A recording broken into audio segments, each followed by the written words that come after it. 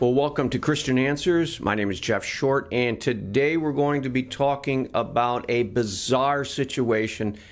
As Christians, we have been telling the world for at least a decade or two since this whole transgenderism, LGBTQ movement has been rising and received its culmination in the 2015 Obergefell decision of opening up the so-called gay marriage. Okay, we as Christians have been telling the world, hey, this is bogus. We've been telling the world this is not real. There are no gay marriages, so to speak. In reality, it's a sham. It's false. It's not valid. We've been telling the world that for over and over and over again. We've been telling the world, for example, that God created men and women, male and or female. So you have two categories. You have male and you have female. That's what Genesis, let me adjust my microphone here. That's what Genesis outlines. There's two sexes, male and female. You can't invent a sex. You can't invent a gender. You can't just declare yourself male when you are biologically a female. You can't just declare yourself female if you're male biologically. You can't just arbitrarily make these choices that have already been made for you. If you're born a male, you are a male. If you're born a female, you're a female. Okay, this is what the Bible teaches. He made them male and female. Jesus reaffirmed this in the New Testament. He refers back to Genesis. He refers back to the first book of the Bible, and he says God made them male and female. So he established the order of human beings. Okay, that's the Christian teaching. We've been telling people that all the time, and our world doesn't seem to want to listen. It wants to have freedom. It wants to be able to freely declare itself the opposite gender. It wants to separate biological sex from gender. It wants to say, I can be a biological male, but I can be a psychological female, and so on and so forth. It wants to separate the person in a way that God has not ordained. And so as Christians, we have been fighting against that. And people have been saying, oh, you're being bigoted, you're being narrow-minded, you are cruel, you're mean, there's hate speech, and so on and so forth. Well, let me give you an example of what is taking place now in the real world, in real time.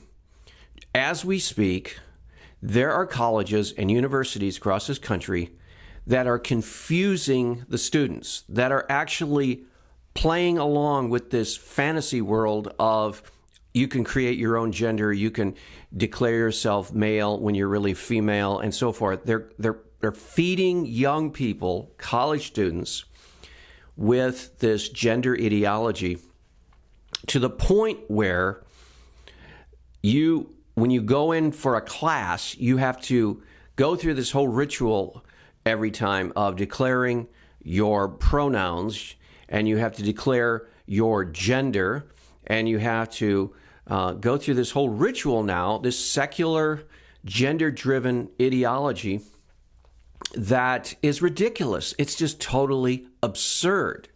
And we can see that when we have someone who is a part of the college scene who just graduated report on the situation in their college. And their college happens to be Evergreen State University in Washington. And I believe it's Washington. Yes, Washington State, Evergreen State University. And this student by the name of Eric is doing a YouTube video, and he's explaining what he didn't like about Evergreen State University. Now, we know that Evergreen State University is a far leftist, secularist, so-called progressivistic school. We know that they are probably on the leading edge, but they are by no means strange as far as their mentality, because most state universities now are either here or going there to where Evergreen State is. And Eric is going to explain an experience he had when he walked into a classroom and realized that every time the class meets, he's going to have to go along with the whole identity politics, identity, gender theory every time just to get the class going, because the teacher is going to demand that every student declare their gender and state their preferred pronouns. It's really sick. So I want to talk about this today, and I want to talk about it from a Christian perspective, because as Christians, we know that God made them male and female. The Bible tells us that very clearly. He also says that God is God and we are not, so we don't get to determine these things. God determines these things. Now, someone might say, well, don't you realize that there are certain people that have abnormalities called intersex, and they have the genitalia of one sex, but they have the partial genitalia of another sex, or there's some kind of abnormality? Yes, indeed. There are all kinds of abnormalities in human beings, and they all deserve the attention of the medical community, and they all deserve our sympathy and our respect. We don't put people down because they happen to be strange or abnormal. We're not talking about abnormalities. We're not talking about physical abnormalities. We're not talking about a person who is intersex. Those people are very, very, very rare. And so you don't change all of society to conform because there are a few people in society that are intersex and who have totally unique situations. I think those people should not be made fun of. They should be respected as citizens. And we should understand that people are going to have genetic abnormalities from time to time. You're going to see people with strange-looking ears and eyes and nose, and you're going to see people with other deformities, and you don't stare at them, and you don't make them feel uncomfortable, and you don't make them feel strange and out of place, but you don't design society around their particular abnormality and say everybody now is going to have to live in a certain way because of this very rare abnormality. No, you gear society toward people the way that a person who is healthy, who has no problems, and you accommodate the people who are, for example, intersex. There's a runner, Caster Semenya, for example, and because she has a vagina, she is a woman, and his parents raised her. Her parents raised her as a female, but then she also shares many of the characteristics of male. So her body weight, her mass structure, her bone structure, she has no breast, and she looks like a man. And so there's this contradiction within this one person's body, and that is that this person, Caster Semenya, has a very rare genetic abnormality, and that is that she is intersex. So what do we call her? Well, she has a vagina, so that qualifies her for female. She looks like a man, but yet she has the sexual organs of a woman. So in those cases, the parents and the doctors have to get together at birth, and they have to figure out, okay, how shall this baby be raised? And those are the painful situations that occur, but they only occur in a very, very, very, very small fraction of a percentage, and they should not be made the norm. So you don't, for example, with Caster Semenya, you don't overthrow all of women's sports in running simply because Caster Semenya is an intersex athlete and lives as a female because of her biological female sex organs. Okay, you don't overthrow all of her classification of running and say, okay, she's going to run with the women because she has a vagina. No, she has a vagina, but she has other characteristics that are male, which would then put her in a separate category. So you don't put her in a race with women and have her clean up and win all the awards. It's just not fair. And the reason it's not fair is because she is not a woman in the strict sense, because if you look at all the markers of a woman, she ticks off some big ones like vagina and but then when you look at all the markers of a male, she ticks off some of those too. So it's a unique situation for her. So you don't overthrow all of women's sports just for Caster Semenya. Well, the same way with people who have other genetic abnormalities. You don't set policy, you don't set laws based on these very rare instances. But in the case of this gender ideology that we're seeing in our society today, we're not talking about intersexed people. We're not talking about any biological problem. We are talking about people who have gender dysphoria or, for whatever other motives, just want to decide they declare themselves the opposite sex, or they declare themselves some strange category of gender. And if you look at, for example, Google on Facebook, they have all these classifications of gender, LGBTQ, and then it goes on for another 50 or so letters. It's ridiculous. And now this young student is going to report on his experience at this leftist liberal Evergreen State University in Washington, and he's going to even expose the absurdity even more through his testimony of what he actually experienced. So let's watch Eric explain what he went through, the absurdity of Evergreen State University. But realize this is not just Evergreen State University. This is occurring in universities and colleges all across the country. So let's hear what he has to say, and then I'll come back and do some more commentary. Let's watch. We're going to dive right into this, guys. And again, no hating.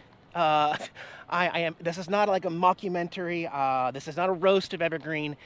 Just something to understand. My very first quarter here at the Evergreen State College, I took a class, a science-based class from an instructor named E.J. Zita, who later attempted to run for Congress here, and there's some scandal. We're not going to get into that part, but my physical class itself, this was something that no student could possibly be prepared for.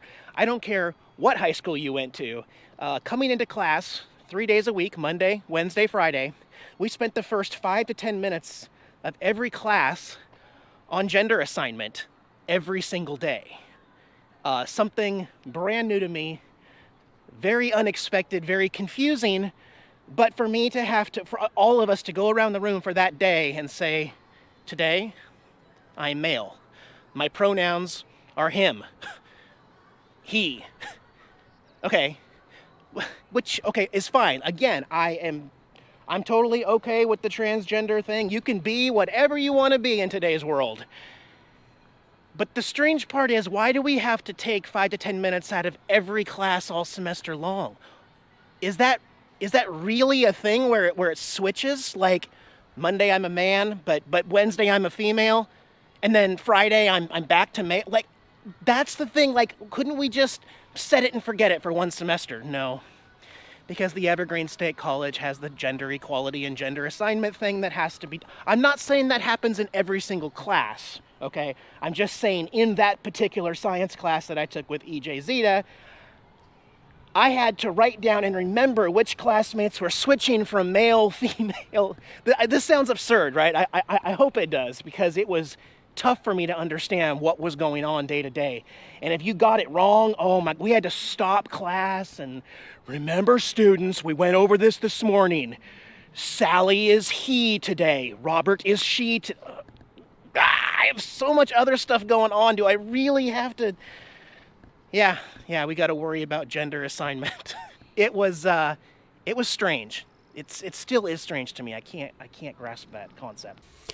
Well, as you can see, this is pretty absurd. And I think even people who are millennials, even students, younger generation students, they realize this is absurdity too.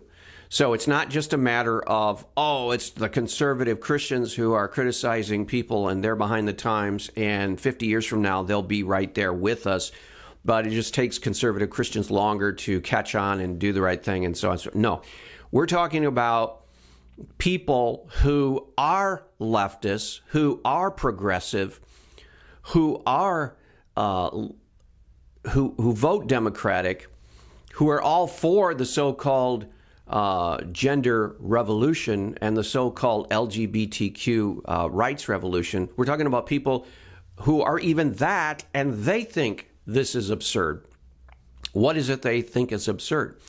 They think it's absurd that college students have to go to a classroom, and for the first 5 minutes of every single class, they have to go around the room, and each person in the class has to state, one, their gender of the day. They have to state what gender they are that day. And they have to state what they want their preferred pronouns to be that day.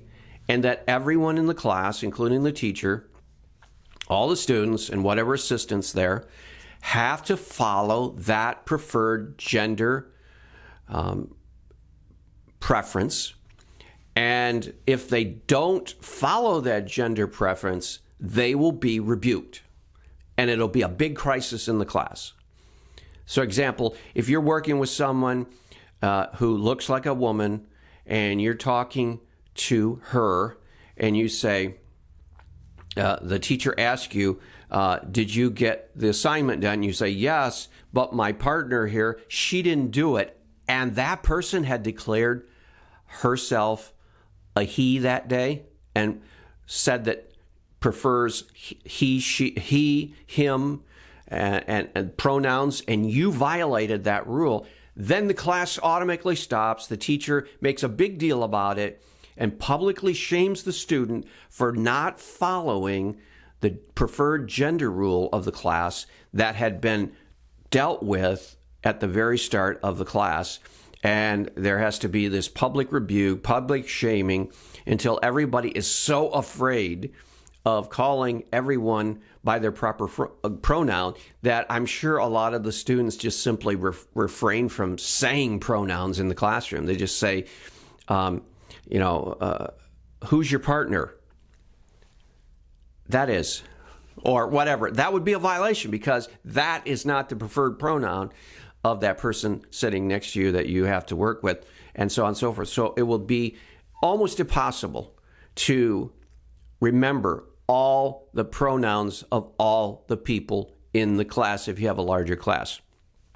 And even if you wrote them down, I mean, how inconvenient is that going to be when you are working with someone and they slip or you slip up? The teacher overhears it, and so now it's a big deal, and you have to make a lecture then if you're the teacher and ingrain this into the student's mind. This is really absurd, and the reason it's absurd is it comes right on back to the way God made people. He made them male, and he made them female. That's what Christianity teaches. That's what the Bible teaches. And so when people try to tinker with what God has already established in nature, this is the created order. We can either accept that created order or we can reject it. And what's happening right now is men and women in a secular, rebellious, sinful world are rejecting the created order of God. They are rejecting God. That's essentially what they're doing. They're saying, we reject the whole concept of God. We reject the whole idea of a higher authority. We are the higher authority. We do what we want. For the sake of our own freedom, we are going to make the rules. We refuse to follow anyone else's rules. We refuse to even acknowledge that there are any other rules other than the ones that we set for ourselves. And so this is what happens when a society is in rebellion against God, because they want to be God. They want to put themselves in the position of God. They want to sit on the throne, and they want to make the rules. Now, in our country, the supreme authority is the Supreme Court. These men and women who sit on the Supreme Court, unfortunately, sadly, are acting as if they're these little gods, and they can determine reality for all the rest of us. And so in 2015, when this so-called gay marriage decision was handed down, they overturn the law of God. They overturn God's created order, and they are now imposing a fantasy. They're imposing an artificial construct on society. Now, these so-called little gods of the Supreme Court, they think that marriage is just a human construct anyway. They think, because they're secularists, they think, the ones that voted for it. Now, I shouldn't categorize all the Supreme Court justices. We have right now around a half of them who actually have a little sanity left in their minds, who don't go along with this whole foolishness. And unfortunately, one of the best ones, and the greatest, one of the greatest ones on the bench, died a few years back. But we do have about half of the judges on the Supreme Court bench who are actually following the laws of God and who vote against the so-called gender revolution. But there are enough of the progressivists, the secularists on the bench, that they can consistently overthrow sanity, and they can overthrow God's order, and that's what they tried to do in 2015 when Anthony Kennedy wrote this abominable decision that creates a so-called right to a gay marriage. It's totally contrary to God's law. So these little gods on the Supreme Court decided that they were going to do better than God. They thought, well, God didn't do a good enough job in defining marriage. We're going to redefine marriage, and we're going to put ourselves above God, and we're going to impose this artificial construct on people. Well, what happens now is you get the results of this insanity. And one of the results of this gender revolution that's taking place is you're getting this foolish classroom presentation by teachers and administrations. Now, if you notice in Eric's testimony here about what happened at Evergreen State University, you notice that he said that Evergreen State University has this gender diversity policy. So this is coming down from the top. This is coming down from the administration. This is coming down from the board of directors. This is coming down from the faculty and all of the leaders. This is coming from the leadership. This is not coming from students. Of course, many of the students are on board with that, but you can see that not all the students appreciate having to, and I believe this school, you have to pay tuition to go to this school unless you get a scholarship. It may be free, but I don't believe it is in Evergreen State University. I think that they accept financial aid and so on and so forth. I don't believe that it's free. There is that secular, progressivist, liberal notion that college education should be free for all. And so I noticed in Detroit, Michigan, Wayne State University is going to be offering free tuition to freshmen. And that is how the progressives, the liberals, are trying to work things. But I don't believe Evergreen State is there yet. So how would you like it if you had to pay money, work jobs, work on the side, skimp and save, and get money to pay tuition for a college class, and then the time is taken up in this gender absurdity? Every class, and that's what Eric said, that he reported that every class, that his class met on a Monday, Wednesday, and a Friday, and every time it met, 3 times a week, every time it met, the first part of the class was taken up in going around to each student, and they had to declare what their gender was today and what their pronouns should be. And that every other student in the class is responsible for, one, knowing what each student's gender is for that day, and knowing what to call them from their pronouns. So can you imagine the absurdity of this and how much time this takes and what a waste it is? And instead of learning a subject or learning whatever the class is that you're taking, you're having to put up with this foolishness. And you could see Eric was very frustrated. He's like, this is insane. This is crazy.